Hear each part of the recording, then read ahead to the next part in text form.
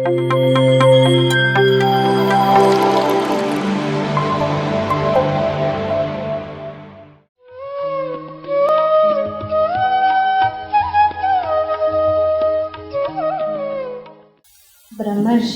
ಪಿತಾಮಹ ಡಾಕ್ಟರ್ ಸುಭಾಷ್ ಪತ್ರಿಜಿಯವರಿಗೆ ವಂದಿಸುತ್ತಾ, ಹಾಗೆ ಆಚಾರ್ಯತ್ರಯರಾದಂಥ ರಾಮಕೃಷ್ಣ ಪರಮಹಂಸರು, ವಿವೇಕಾನಂದರು, ಹಾಗೆ ಮಾತೆಯರು ಶಾರದಾ ಮಾತೆ, ಪಾರ್ವತಿ, ಲಕ್ಷ್ಮೀ, ಸರಸ್ವತಿ, ಈ ಎಲ್ಲ ಮಾತೆಯರ ಪ್ರೆಸೆನ್ಸ್ ಇದೆ. ಅವರೆಲ್ಲರಿಗೂ ವಂದಿಸುತ್ತಾ, ಇವತ್ತು ಇಲ್ಲಿ ಗುರುಪೌರ್ಣಿಮೆಯ ಪ್ರಯುಕ್ತ ಹುಣ್ಣಿಮೆ ಧ್ಯಾನ ಮಾಡೋ ಅವಕಾಶ ಕೊಟ್ಟಿದ್ದಕ್ಕೆ ಆ ಯೂನಿವರ್ಸ್ಗೆ ಕೋಟಿ ಕೋಟಿ ಧನ್ಯವಾದಗಳು. ಹಾಗೆ ವಿರೂಪಾಕ್ಷ ಸರ್ ಕೇಳ್ತಾನೇ ಇದ್ದರು, ಮೇಡಮ್ ಬನ್ನಿ, ಎಸ್ ಸರ್ ಬಂದ್ಬಿಡ್ತೀನಿ ಅಂದೆ. ಆದರೆ ನಮ್ಮಪ್ಪ ಇದ್ದಾರೆ, ನಮ್ಮಪ್ಪ ಅವರು ಹಿಂದ್ಗಡೆಯಿಂದ ಹೇಳ್ಯವರು, ವೆಯ್ಟ್ ಇನ್ನೂ ಟೈಮ್ ಬಂದಿಲ್ಲ, ಸ್ವಲ್ಪ ಇರಬೇಕು. ಅವ್ರು ಹೇಳ್ತಾರೆ, ಭೂಮಿನ ಹದ ಮಾಡ್ತೀನಿ, ಆಮೇಲೆ ನೀನು ಅಲ್ಲಿ ಹೋಗು ಬೀಜ ಹಚ್ಚಕ್ಕೆ, ಟೈಮ್ ಬಂದಿಲ್ಲ, ಸ್ವಲ್ಪ ಇರಬೇಕು. ಅವ್ರು ಹೇಳ್ತಾರೆ, ಭೂಮಿನ ಹದ ಮಾಡ್ತೀನಿ, ಆಮೇಲೆ ನೀನು ಅಲ್ಲಿ ಹೋಗು ಬೀಜ ಹಚ್ಚಕ್ಕೆ. ಸೊ ಅವ್ರೇನು ಹೇಳ್ತಾರೆ ನನಗೆ, ಭೂಮಿನ ಹದ ಮಾಡ್ತೀನಿ, ಕೈ ಹಿಡ್ಕೊಂಡು ನನ್ನ ಕರ್ಕೊಂಡು ಹೋಗ್ತಾರೆ, ಅಲ್ಲಿ ಕೂಡಿಸ್ತಾರೆ, ಕೆಲಸ ಮುಗಿಸ್ತಾರೆ, ಸೇಫಾಗಿ ಕರ್ಕೊಂಡು ಹೋಗ್ತಾರೆ.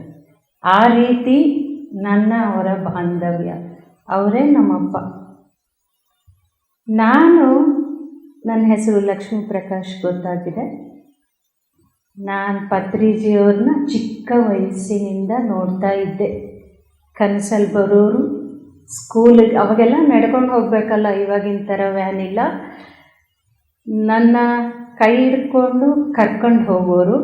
ನಾನು ಬಂದು ಮನೆಯಲ್ಲಿ ಹೇಳ್ತಾ ಇದ್ದೆ. ಆಧ್ಯಾತ್ಮಿಕವಾದಂಥ ಪರಿಸರದಲ್ಲಿ ನಾನು ಬೆಳೆದಿದ್ದು. ನನ್ನ ತಂದೆ ತಾಯಿ ಎಲ್ಲರೂ ಕೂಡ ಆಧ್ಯಾತ್ಮಿಕ ಗುರುಗಳೇ. ನನ್ನ ಅಜ್ಜಿ ತಾತ. ನನ್ನ ತಂದೆ ಟೀಚರ್ ಆಗಿದ್ದರು ಗೌರ್ಮೆಂಟ್ ಸ್ಕೂಲಲ್ಲಿ. ಅವರು ಯಾವಾಗಲೂ ಒಂದು ಕನಸಿಟ್ಕೊಂಡಿದ್ರು, ನಾನು ಟೀಚರ್ ಆಗಬೇಕು ಅಂತ. ಹಾಗೆ ಗೌರ್ಮೆಂಟ್ ಸ್ಕೂಲಲ್ಲಿ 19 ವರ್ಷಕ್ಕೆ ನಾನು ಟೀಚರ್ ಆದೆ. ತುಮಕೂರು ಡಿಸ್ಟ್ರಿಕ್ಟಿಗೆ ರ್ಯಾಂಕ್ ಬಂದು. ಆದರೆ ಈ ಅಪ್ಪ ಸಾಕು ವರ್ಷದಲ್ಲಿ ಹೇಳ್ತಾ ಕೂತಿರಬೇಡ ಬಾಬಾ, ಒಳ ಪ್ರಪಂಚನೂ ಇದೆ, ಅದನ್ನು ಇಂಟ್ರಡ್ಯೂಸ್ ಮಾಡಬೇಕಂತ ಅದನ್ನು ಬಿಡಿಸ್ಬಿಟ್ರು 8 ವರ್ಷಕ್ಕೇ. ಅದೆಲ್ಲ ಬೇಡ, ನೀನು ಆ ಹಣದಿಂದ ಹೋಗಬೇಕಾಗಿಲ್ಲ, ನೀನೇ ಲಕ್ಷ್ಮಿ, ಹಣದಿಂದ ಹೋಗಿ ಎಲ್ರಿಗೂ ಅದನ್ನೇ ಹೇಳ್ಕೊಡ್ತೀಯ, ಬೇಡ ಅಂತ ಕರ್ಕೊಂಬಂದರು. ನನಗೆ ಗೊತ್ತಿಲ್ಲ ಇದೆಲ್ಲ, ಅವ್ರ ಪರಿಚಯ ಆಗಿಲ್ಲ ಫಿಸಿಕಲ್ ವರ್ಲ್ಡಲ್ಲಿ. ಏನಪ್ಪ ದೇವರು ಅಂತ ಹೇಳಿದ್ರು, ಎಲ್ಲ ಮಾಡಿದ್ರು, ಈ ಥರ ಆಗೋಯ್ತಲ್ಲ, ಹೆಲ್ತ್ ಇಶ್ಯೂಸ್ ಅವರು ಹೇಳ್ದಂಗೆ ಈ ಥರ ಆಗೋಯ್ತಲ್ಲ ಅಂತ. ಎಷ್ಟು ಧ್ಯಾನಗಳನ್ನು ಕಲ್ತ್ಕೊಂಡಿದ್ದೀನಿ, ಎಷ್ಟು ಗುರುಗಳು ನನಗೆ ಈ ಒಂದು ರೂಪಕ್ಕೆ ತಂದಿದ್ದಾರೆ. ಎಸ್, ಅವ್ರು ಹೇಳಿದ ನಿಜ. ನಾವು ಸ್ಟ್ರೆಚ್ಚರಲ್ಲಿ ಓಡಾಡ್ತಾ ಇದ್ದೆ, ಆ ತರಹದಲ್ಲಿ ಇದ್ದಿದ್ದು. ಈ ಪುಣ್ಯಾತ್ಮ ಇವತ್ತು ರಾಕೆಟ್ ಸ್ಪೀಡಲ್ಲಿ ನನ್ನನ್ನು ಓಡಿಸ್ತಾ ಇದ್ದಾರೆ. 22ನೇ ಇಸ್ವಿ ಜೂನ್ ತಿಂಗಳಲ್ಲಿ 10 ದಿವಸ ಪಿರಮಿಡ್ ವ್ಯಾಲಿಲಿ ಯಾವುದೋ ಒಂದು ಕಂಪನಿಯಿಂದ ಅಲ್ಲಿ ಟ್ರೈನಿಂಗ್ ಹೋಗೋದಿತ್ತು. ನನಗೆ ಬಲವಂತದಿಂದ ಕರ್ಕೊಂಡು ಹೋದರು. 10 ದಿವಸ ಇವರೊಟ್ಟಿಗಿದ್ದೆ. ಆವತ್ತು ನನ್ನ ಆನಂದ ಕೇಳಬೇಕು, ಚಿಕ್ಕನ್ನಿಂದ ಸಿಗ್ತಾಯಿದ್ರು. ಇವಾಗ ಹೋಗಿ ಮುಗಿಬಿಡ್ತಾ ಇದ್ದೆ, ಹೌದಾ ಫಿಸಿಕಲ್ ಆಗಿದ್ದಾರಾ ಅನ್ನೋ ಹಂಗೆ. ಅವ್ರೇನು ಮಾಡಿದ್ರು, ನಾವು 2000 ಜನ ಟ್ರೈನಿಂಗಿಗೆ ಹೋಗಿದ್ದು. ಪಿರಮಿಡ್ ಒಳಗೆ ಮಲ್ಕೊಳ್ಳೋದು, ಅಲ್ಲೇ ಇರೋದು 10 ದಿವಸ ಕೂಡ ಅಂತ. ಫಸ್ಟ್ ಡೇ ಅವ್ರನ್ನ ಕರ್ಕೊಂಬಂದರು. ಕೂಡಿಸಿದ ತಕ್ಷಣ ನಾನೆಲ್ಲ, ಯಾಕಂದರೆ ಮುಂದೆ ಎಲ್ಲ ಕೆಳಗೆ ಕೂತ್ಕೋತಾರೆ, ನಾನು ಭಾಳ ಹಿಂದೆ ಚೇರ್ಮನ್, ನಾನು ಯಾವಾಗಲೂ ಚೇರ್ ಪರ್ಸನ್ನೇ. ಅಲ್ಲಿ ಕೂತಿದ್ದೆ. ಯೂ ಅಂತ ಕೂಗಿದ್ರು. ನಾನು ಯಾರನ್ನೋ ಕರೀತಾ ಇದ್ದಾರೆ, ಯಾಕೆಂದರೆ ಅವತ್ತೇ ಫಸ್ಟ್ ನಾನು ಆ ವ್ಯಕ್ತಿನ ನೋಡ್ತಾ ಇರೋದು. ಚಿಕ್ಕಂದಿನ ನೋಡಿದ್ದೀನಿ, ಫಿಸಿಕಲಾಗಿ ನೋಡ್ತಿರೋದು ಅವತ್ತು. ಯಾರೋ ಇರ್ಬೋದು. ಆಮೇಲೆ ನಮ್ಮ ಸರ್ ಹೇಳಿದ್ರು, ವಿಜಯ್ ಸರ್ ಅಂತ, ಅವ್ರೇನು ಮಾಡಿದ್ರು, ನಿಮ್ಮನ್ನೇ ಕರಿತಾ ಇರೋದು ಲಕ್ಷ್ಮಿ ಮೇಡಮ್ ಅಂದರು. ಸರಿ ಎದ್ದು ನಿಂತ್ಕೊಂಡೆ. ಹೇಗೆ ಅಂದರೆ ಅವ್ರಿಗೆ ಮಾತಾಡೋಕ್ಕೂ ಆವಾಗ ಕಷ್ಟ ಆಗ್ತಾ ಇತ್ತು.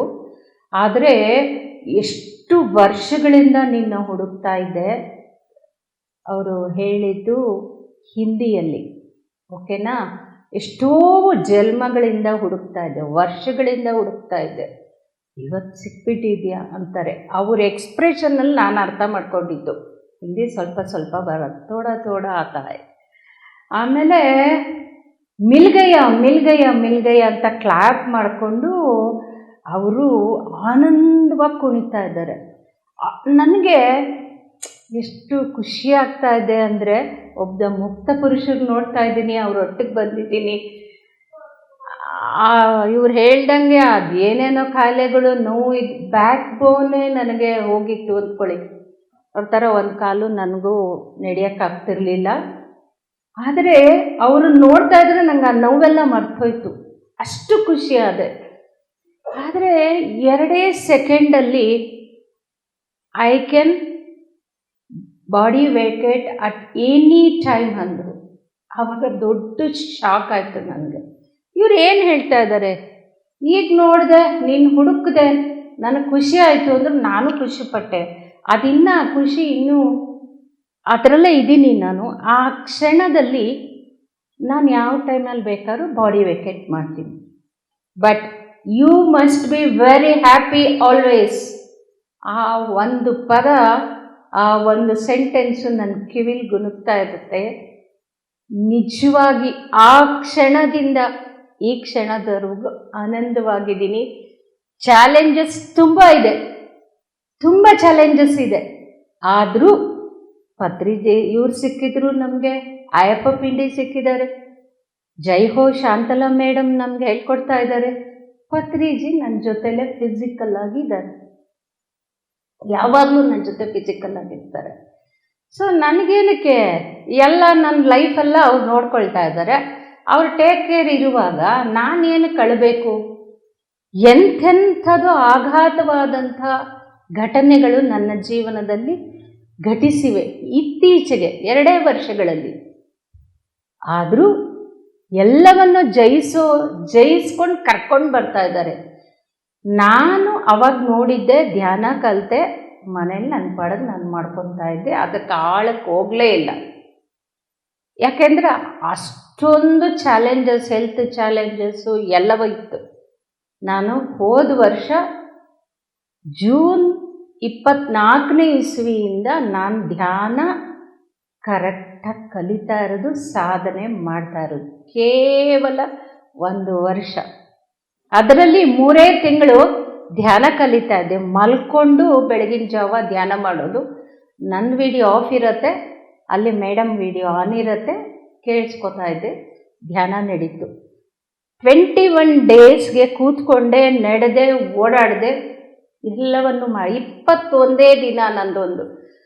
ಅಷ್ಟು ವರ್ಷಗಳಿಂದ ನನ್ನೊಳಗೆ ಅದು ಎಲ್ಲಿ ಇತ್ತೋ ಆ ಕರ್ಮ ವಿಪಾಕ ಏನು ನನಗೆ ಗೊತ್ತಿಲ್ಲ. ಸುಮ್ಮನೆ ಧ್ಯಾನ ಮಾಡು. ಅವರು 1.5 ಅವರ್ಸ್ ಮಾಡಿಸ್ತಾ ಇದ್ದರೆ ನಾನು ಹಾಗೆ ಕಂಟಿನ್ಯೂ ಆಗ್ತಾಯಿದ್ದೆ. 3 ಅವರ್ಸ್ ಆದರೂ ನನಗೆ ಎದ್ದೇಳಕ್ಕಾಗ್ತಾ ಇರಲಿಲ್ಲ. ನಮ್ಮ ಮನೇಲಿ ಗಾಬರಿ ಆದರು, ಏನಾಯ್ತು ಇವಳಿಗೆ, ಆರೋಗ್ಯ ಸರಿ ಇಲ್ಲ ಅಂದರೆ, ಈಗ ಕೂರ್ತಾಳೆ, ಇದೇನೋ ಆಗ್ಬಿಟ್ಟಿದೆ, ಇದೊಂದು ಕಾಯಿಲೆ ಅಂತ ತುಂಬ ಹೆದರಿದ್ರು.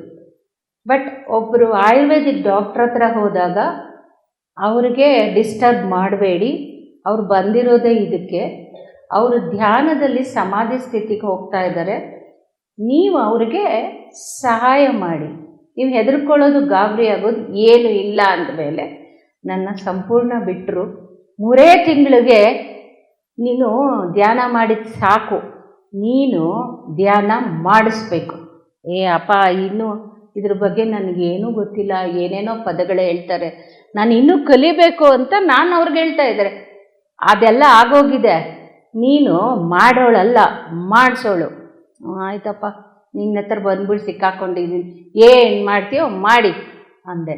3 ತಿಂಗಳಿಗೆ ಅಮಾವಾಸ್ಯೆ ಧ್ಯಾನಕ್ಕೆ ಒಂದು ಹಳ್ಳಿಯಲ್ಲಿ, ಅಂದರೆ ನಾನು ಹುಟ್ಟಿ ಬೆಳೆದಂಥ ಹಳ್ಳೀಲಿ ಅಲ್ಲಿ ಬರೀ ನಾನ್ ವೆಜಿಟೇರಿಯನ್. ದೇವಸ್ಥಾನ ಒಂದಿದೆ, ಈಶ್ವರನ ದೇವಸ್ಥಾನ. ಅಲ್ಲಿ ಇಬ್ಬರು ಗುರುಗಳು ಜೀವಂತ ಸಮಾಧಿಯಾಗಿದ್ದಾರೆ. ಆ ಜಾಗದಲ್ಲೇ ಹೋಗು. ಅಯ್ಯಪ್ಪ, ಅದು ಊರಾಚೆ ಇದೆ, ಕೆರೆ ಹತ್ರ ಇದೆ, ಅಮಾವಾಸ್ಯೆ, ನಾನು ಹೋಗಲ್ಲ. ಅಯ್ಯೋ, ನೀನು ಹೋಗಲ್ಲ ಅಂದರೆ ಕೇಳೋರು ಯಾರು ಅಂಥೇಳಿ 4 ಜನನ ನನ್ನ ಜೊತೆಗೆ ಮಾಡಿಸಿ ತುಮಕೂರಿಂದ ಒಂದು ಟೀಮು, ಅದರಲ್ಲಿ ಮತ್ತು ಬೆಂಗಳೂರು ಸುರೇಂದ್ರನಾಥ್ ಸರ್ ಫಸ್ಟ್ ಬಂದಿದ್ದು. ಅವರು ಅಲ್ಲಿ ಬಂದು ಅಕ್ಟೋಬರಲ್ಲಿ ಹೇಳ್ಕೊಟ್ರು ಧ್ಯಾನ. ಸರ್ ನೀವು ಬಂದು ಹೇಳ್ಕೊಡಿ ನೋಡೋಣ ಅಂತ. ಅಲ್ಲಿ ಅಮಾವಾಸ್ಯೆ ಧ್ಯಾನ 10 ತಿಂಗಳಿಂದ ಸತತವಾಗಿ ನಡೀತಾ ಇದೆ. ಆಮೇಲೆ ಮೇ ತಿಂಗಳಲ್ಲಿ 25ನೇ ತಾರೀಕು 108 ಸಸ್ಯಾಹಾರ ಜಾಥಾದಲ್ಲಿ ಫಸ್ಟ್ ಟೈಮು ಅಲ್ಲಿ ಕೂಡ ಸಸ್ಯಾಹಾರ ಜಾಥಾ ಮಾಡಿದ್ದೀವಿ. ಅದನ್ನು ಅವ್ರು ಮಾಡಿಸ್ತಾ ಇದ್ದಾರೆ. ಅದು ಬರೀ ನಾನ್ ವೆಜ್ ಏರಿಯಾ.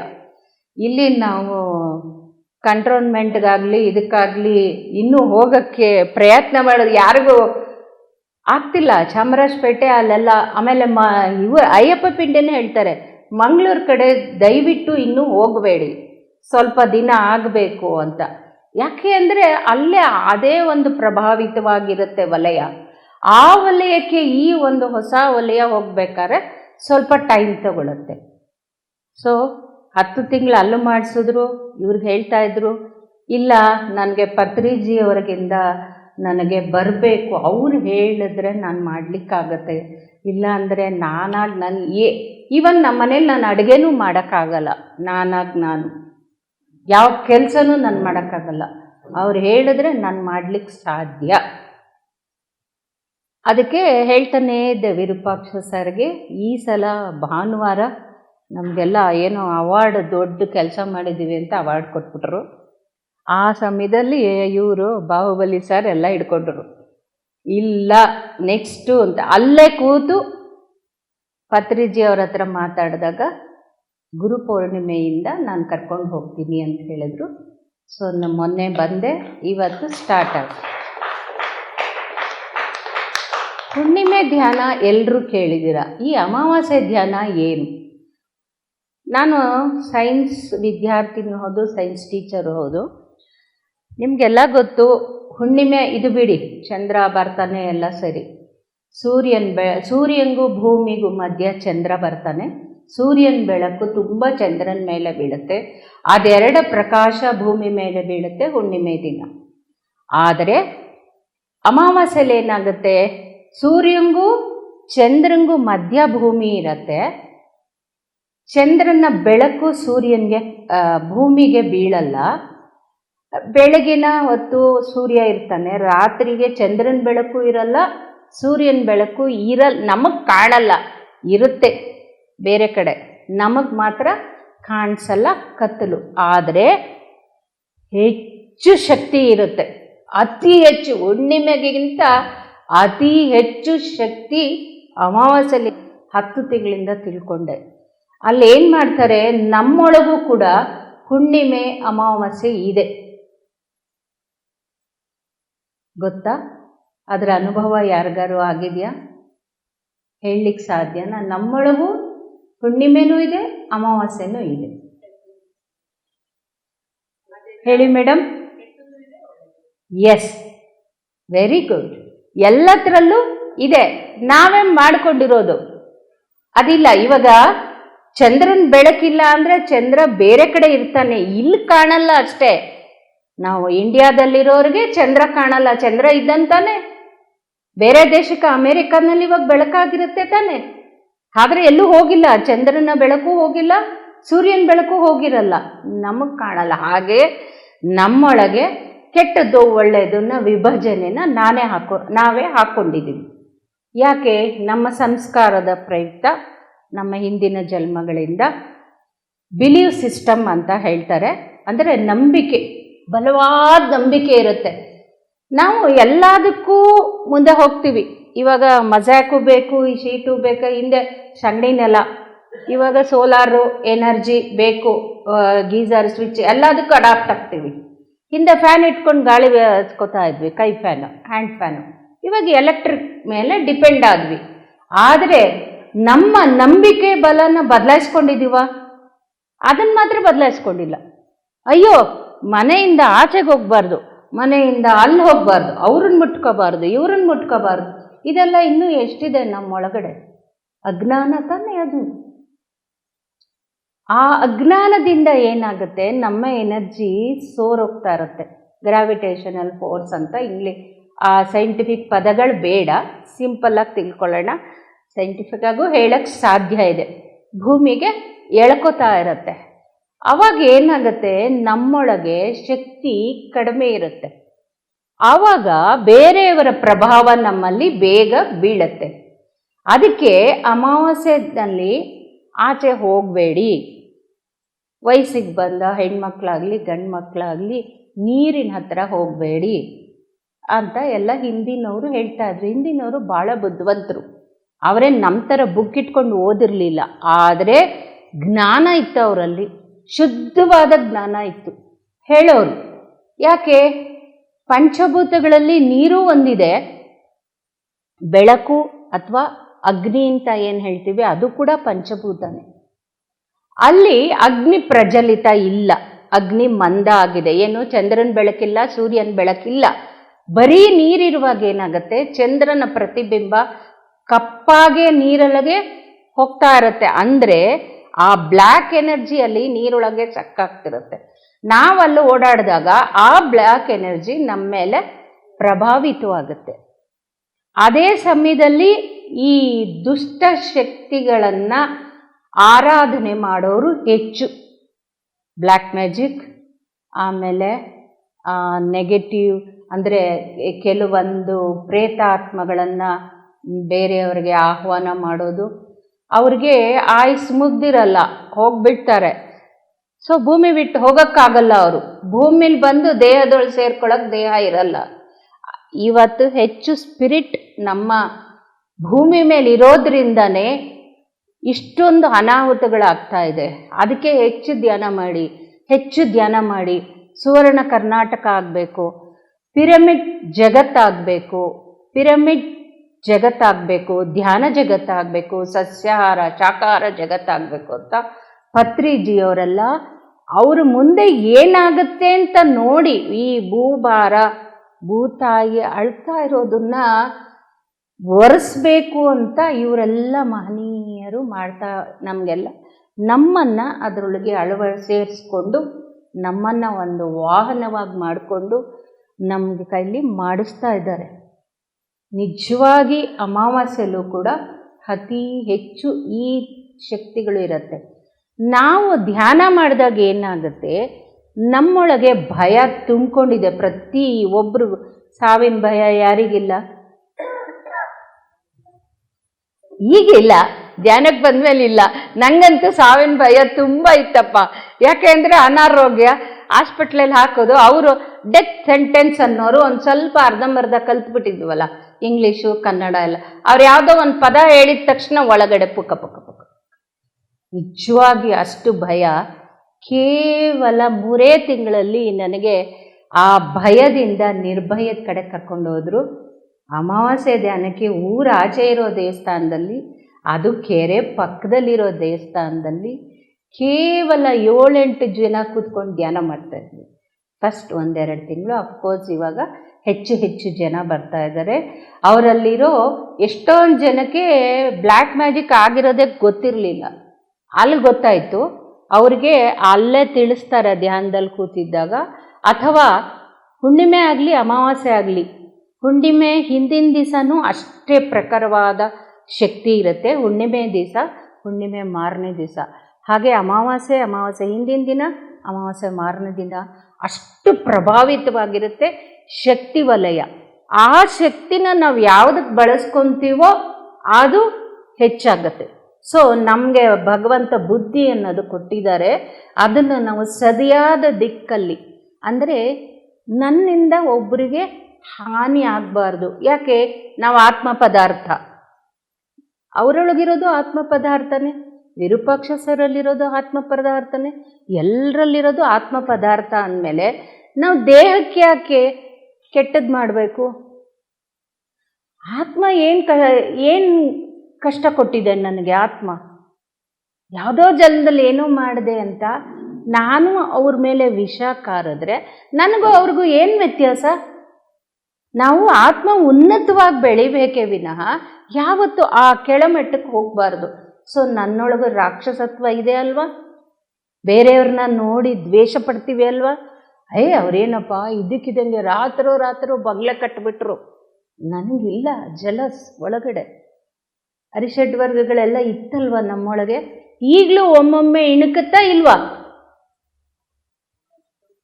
ಇಣುಕತ್ತೆ ತಾನೆ. ಆದರೆ ಇಲ್ಲ, ಆದರೆ ನಮಗೆ ಇಲ್ಲ ಅಂತ ಯಾಕೆ ಹೇಳ್ತಿದ್ದೀವಿ ಗೊತ್ತಾ? ಅವೇರ್ನೆಸ್ಸಿಂದ ನೋಡ್ಲಿಕ್ಕೆ ಸಾಧ್ಯ ಆಗಿದೆ. ಯಾರನ್ನಾರು ನೋಡಿದಾಗ ಜಲಸ, ನಂಗೆ ಜಲಸ ಆಗ್ತಿದೆ ಗುರ್ತಿಸ್ಕೊಳ್ಳೋ ಚೈತನ್ಯ ಕೊಟ್ಟಿದ್ದಾರೆ. ಧ್ಯಾನದಿಂದ ಆ ಚೈತನ್ಯ ಬಂದಿದೆ. ಹಿಂದೆ ಏನಾಗ್ತಿತ್ತು? ನನಗೆ ದ್ವೇಷ ಇದೆಯಾ, ಅವ್ರ ಮೇಲೆ ಹೊಟ್ಟೆ ಕಿಚ್ಚಿದೆಯಾ, ಏನು ನಮ್ಗೆ ಪರಿವೇನೇ ಗೊತ್ತಾಗ್ತಿರ್ಲಿಲ್ಲ. ಅದಕ್ಕೆ ಆವಾಗ ಅದೇ ಹೆಚ್ಚು ಬೆಳೀತಾ ಇತ್ತು. ಹಾಗಾಗಿ ಬ್ಲ್ಯಾಕ್ ಮ್ಯಾಜಿಕನ್ನು ಯಾವ ಮಂತ್ರವಾದಿ ಇಲ್ಲದೆ ಆ ದೇವಸ್ಥಾನದಲ್ಲಿರೋ ಜೀವಂತ ಸಮಾಧಿಯಲ್ಲಿರೋ ಗುರುಗಳು, ರಾಮಕೃಷ್ಣ ಪರಮಹಂಸರು, ಪತ್ರಿಜಿ ಹಬ್ಬ, ಮಹಾತರ್ ಬಾಬಾ, ಇವರೆಲ್ಲ ಸೇರಿ ಅದನ್ನು ತೆಗಿತಾ ಇದ್ದಾರೆ. ಎಷ್ಟೊಂದು ಜನಕ್ಕೆ ಬಂದಿದ್ದಾರೆ. ಯೂತ್ಸ್ಗಳು ದಾರಿ ತಪ್ಪಿದ್ರು. ಇವತ್ತು ಹೇಳ್ತಾ ಇದ್ದೀನಿ ಯಾಕೆ ಅಂದರೆ ಹುಣ್ಣಿಮೆ ಧ್ಯಾನದ್ದು ಎಷ್ಟು ಪ್ರಭಾವ ಇದೆ ಅನ್ನೋದು ಅರ್ಥ ಆಗೋಕ್ಕೋಸ್ಕರ. ಎಷ್ಟೊಂದು ಜನ ಯೂತ್ಸು ಅಡ್ಡದಾರಿ ಹಿಡಿದ್ರು. ಹೆಣ್ಮಕ್ಳು ಅಷ್ಟೇ, ಗಂಡು ಮಕ್ಕಳು ಅಷ್ಟೇ. ತಂದೆ ತಾಯಿಗಳು, ತಂದೆನೋ ಅಥವಾ ತಾಯಿನೋ ಇಬ್ಬರೂ ಇರ್ತಿರ್ಲಿಲ್ಲ, ಯಾರು ಒಬ್ಬರು ಧ್ಯಾನದಲ್ಲಿರೋರು.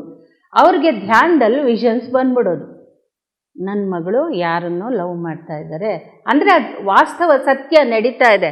ಅಲ್ಲಿ ದೇಹಾಕರ್ಷಣೆ. ಅವ್ರು ಇನ್ನೂ ಹೈಸ್ಕೂಲ್ ಓದ್ತಾ ಇರ್ತಾರೆ, PUC ಓದ್ತಾ ಇರ್ತಾರೆ. ಅವ್ರಿಗೆ ಯಾವ ಆ ಪರಿವೇ ಇರುತ್ತೆ. ಹಿಂದಿನ ಕಾಲದಲ್ಲಿ ಹಿರಿಯರೇ ನಿರ್ಣಯ ಮಾಡಿ ಸರಿ ತಪ್ಪು ಅಂತ ನೋಡಿ ಮದುವೆ ಮಾಡಿಸ್ತಾ ಇದ್ರು. ಇವಾಗ ದೇಹಾಕರ್ಷಣೆ, ಲವ್ ಅಂಥದ್ದು ಹೋಗಿ ಒಂದು ಸಾಹುಕಾರ ಇಂಜಿನಿಯರು ಮೈಸೂರಲ್ಲಿದ್ದಾರೆ, ಕೆಲಸಕ್ಕೆ ಇದರೊಳಗೆ KEBನಲ್ಲಿ ಇಂಜಿನಿಯರು ಆಫೀಸರ್ ಆತ. ತುಂಬ ಚೆನ್ನಾಗಿದೆ ಫ್ಯಾಮಿಲಿ. ಒಬ್ಬಳೇ ಮಗಳು, ಹೆಂಡತಿ ಧ್ಯಾನದಲ್ಲಿ ಇದ್ದಾರೆ. ಮಗಳು ಮನೆಗೆ ಕೇಬಲ್ ವೈರ್ ಹಾಕೋ ಹುಡುಗನೊಟ್ಟಿಗೆ ಲವ್. ಇವ್ರಿಗೆ ಧ್ಯಾನದಲ್ಲಿ ನಿನ್ನ ಮಗಳು ಏನು ಮಾಡ್ತಾ ಇದ್ದಾಳೆ ನೋಡ್ಕೋ ಅಂತ ತೋರಿಸಿದ್ರು. ಇವ್ರಿಗೆ ಮೊದಲೇ ಪುಕ ಭಯ. ಒಂದೇ ಮಗು, ಪ್ರೀತಿಯಿಂದ ನೋಡ್ಕೊಂಡಿದ್ರು.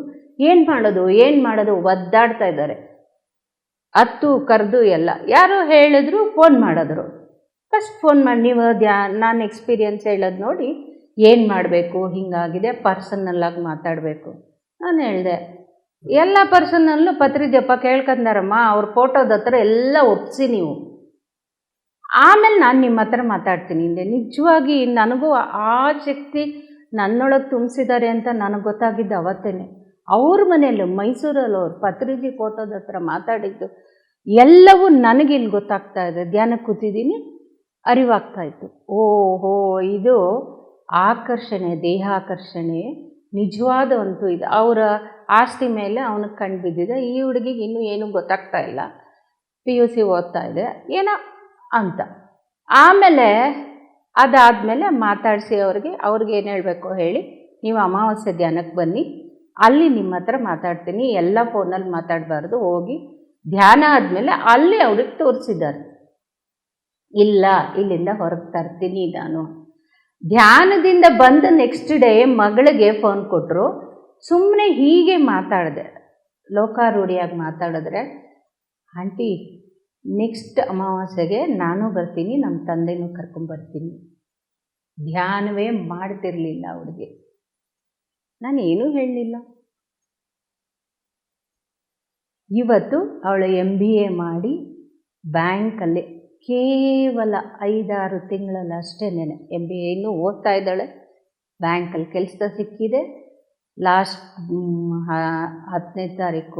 ಮಂತ್ 10ನೇ ತಾರೀಕು ಹೈದರಾಬಾದಿಗೆ ಟ್ರೈನಿಂಗ್ ಬಂದಿದ್ದಾಳೆ.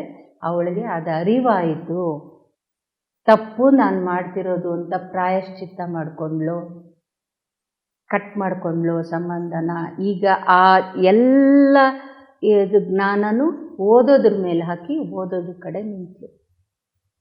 ಅದೇ ಆ ಹುಡುಗಿ ಧ್ಯಾನಕ್ಕೆ ಬರದೇ ಇದ್ದಿದ್ರೆ ಅವ್ರ ತಂದೆ ತಾಯಿ ಆಗಲಿ ಆ ಮಗುದಾಗಲಿ ಜೀವನ ಏನಾಗ್ತಾಯಿತ್ತು. ಹಾಗೆ ಆ ಹುಡುಗಂಗೂ ಕೂಡ ಪರಿವರ್ತನೆ ಆಗಿ ಅವನು ಧ್ಯಾನಕ್ಕೆ ಬಂದಿದ್ದಾನೆ.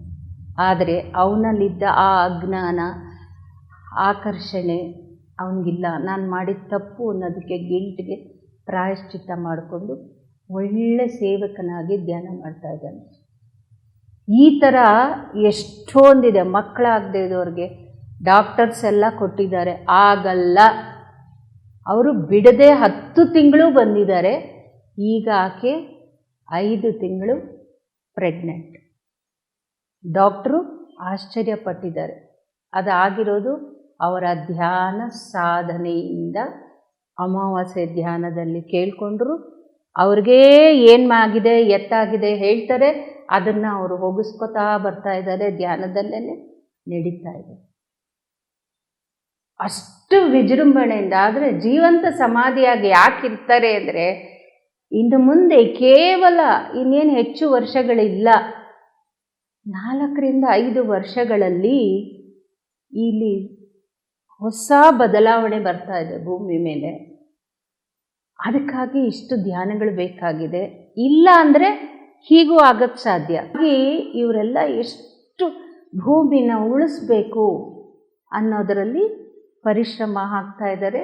ಸೊ ಅವ್ರಿಗೆ ಜೊತೆ ನಾವು ಕೈ ಜೋಡಿಸ್ಬೇಕು. ಇದರಲ್ಲಿ ನಮಗೂ ಲಾಭ ಇದೆಯಲ್ಲ, ನಮ್ಮ ಪರ್ಸನಲ್ ಲೈಫ್ ಇರ್ತಾ ಇದೆ ಅಲ್ವಾ, ನಾವು ಎಷ್ಟು ಚೆನ್ನಾಗಿ ಆಗ್ತಿದ್ದೀವಿ ಅಲ್ವಾ. ಇವಾಗ ನನಗೂ ಇದೆ, ಭೂಮಿ ತಾಯಿಗೆ ಸೇವೆ ಮಾಡೋ ಒಂದು ಭಾಗ್ಯನೂ ಇದೆ. ತಾಯಿ ಋಣ ತೀರ್ಸೋಕ್ಕಾಗಲ್ಲ. ಅಟ್ಲೀಸ್ಟ್ ಧ್ಯಾನ ಮಾಡಿ ಭೂಮಿಗಾಗೋ ತೊಂದರೆಯನ್ನು ನಾವು ತಪ್ಪಿಸೋ ಅಂತಹ ಒಂದು ಸಾಧನೆ ಹಾದಿಗೆ ಹೋದರೆ ಕಿಂಚಿತ್ ತಾಯಿ ಋಣನ ತೀರಿಸುವಂತಹ ಭಾಗ್ಯ ಈ ಜನ್ಮದಲ್ಲಿ ನಮಗೆ ಸಿಕ್ಕಿದೆ. ಹಾಗೆ ಹುಣ್ಣಿಮೆ ಧ್ಯಾನದಲ್ಲೂ ಕೂಡ ಅದೇ ಅತೀ ಹೆಚ್ಚು. ಈ ಹುಣ್ಣಿಮೆ ಧ್ಯಾನದಲ್ಲಿ ನೀರನ್ನು ಮುಂದೆ ಇಟ್ಕೊಂಡು ನೀರಿನ ಬಾಟ್ಲು ಧ್ಯಾನ ಮಾಡಬೇಕು. ಮನೆಯಲ್ಲಾಗಲಿ ಚಂದ್ರನ ಬೆಳಕು ಇರೋ ಕಡೆ ಇಟ್ಟರೆ ತುಂಬ ಒಳ್ಳೆಯದು. ಇಲ್ಲ ಅಂದರೆ ನಾವು ಎಲ್ಲಿ ಧ್ಯಾನ ಮಾಡ್ತೀವಿ ಅಲ್ಲಿ ಇಟ್ಕೊಳ್ಳಿ. ಆ ನೀರನ್ನು 15ರಿಂದ 1 ತಿಂಗಳು ಉಪಯೋಗಿಸಿ. ಹೆಂಗೆ ಫಿಲ್ಟ್ರ್ ವಾಟರ್, ನೀವು ನೀರು ಕುಡಿತೀರಲ್ಲ 2 ಡ್ರಾಪ್ ಹಾಕಿ. ಅಡುಗೆ ಮಾಡ್ತೀರಲ್ಲ, ಅಡುಗೆ ಮಾಡೋಕ್ಕೆ ಅಂತ ಒಂದರಲ್ಲಿ ನೀರು ಇಟ್ಕೊಂಡಿರ್ತೀವಲ್ವ, ಬಿನ್ಗೆನೋ ಹಂಡೆ ಏನನ್ನು ಹೇಳ್ತೀವಲ್ಲ, ಅದರಲ್ಲಿ 2 ಡ್ರಾಪ್ ಹಾಕಿ ಅದೇ ನೀರನ್ನು ನಿಮ್ಮ ಓವರ್ ಹೆಡ್ ಟ್ಯಾಂಕ್ ಇದ್ದರೆ ಅಥವಾ ಸ್ನಾನ ಮಾಡೋ ಬಕೆಟ್ಗೆ ಹಾಕಿ ಅದನ್ನು ಸ್ವಲ್ಪ ಮಿಕ್ಸ್ ಮಾಡ್ಕೊಳ್ಳಿ. 1 ಬಾಟ್ಲಲ್ಲಿ ಇನ್ನಷ್ಟು ಬೇರೆ ನೀರಿಗೆ ಈ ಎನರ್ಜೈಸ್ ವಾಟರ್ ಹಾಕಿ ಮಾಡಿ. ಕಂಟಿನ್ಯೂಸ್ ಆಗಿ ಮಾಡಿ, ತುಂಬ ಹೆಲ್ಪ್ ಆಗುತ್ತೆ. ಆ ನೀರನ್ನೇ ನೀವು ಮಸಾಜ್ ಮಾಡ್ಬೋದು. ಎಲ್ಲಿ ಸ್ಟಿಫ್ ಆಗಿದೆ ಬಾಡಿ ಅಲ್ಲಿ ಮಾಡಿದ್ರೆ, ಯಾಕೆಂದರೆ ನನ್ನ ಹತ್ರ ಮಾಡಿಸಿದ್ದಾರೆ, ಅದನ್ನು ನಿಮಗೆ ಇವತ್ತು ಹೇಳ್ಕೊಡೋಕ್ಕೆ ನಾನು ಬಂದಿರೋದು ಇಲ್ಲಿಗೆ. ಓಕೆನಾ? ಸೊ ಅದನ್ನು ಹುಣ್ಣಿಮೆ ಧ್ಯಾನ, ಇವನ್ ಅಮಾವಾಸ್ಯೆ ಧ್ಯಾನದಲ್ಲೂ ಕೂಡ ಆ ನೀರಿನ ವಿಶೇಷತೆ ಇದೆ. ಯಾಕೆಂದರೆ ನಮ್ಮ ಬಾಡಿನಲ್ಲಿ 70ರಿಂದ 80% ನೀರಿರೋದ್ರಿಂದ, ಅದು ಪಂಚಭೂತಗಳಲ್ಲಿ ಒಂದಾಗಿರೋದ್ರಿಂದ ನಮ್ಮಲ್ಲಿರೋ ನೆಗೆಟಿವ್ ಅಂದರೆ ಅಜ್ಞಾನದ ಅಗ್ನಿ ಅಂತಾರೆ. ಅದಕ್ಕೆ ಅಜ್ಞಾನದ ಅಗ್ನಿ. ಸುಜ್ಞಾನಕ್ಕೆ ಹೋಗ್ತೀವಿ, ಬೆಳಕಿನ ಕಡೆ ಹೋಗ್ತೀವಿ, ಜ್ಞಾನ ಬರುತ್ತೆ.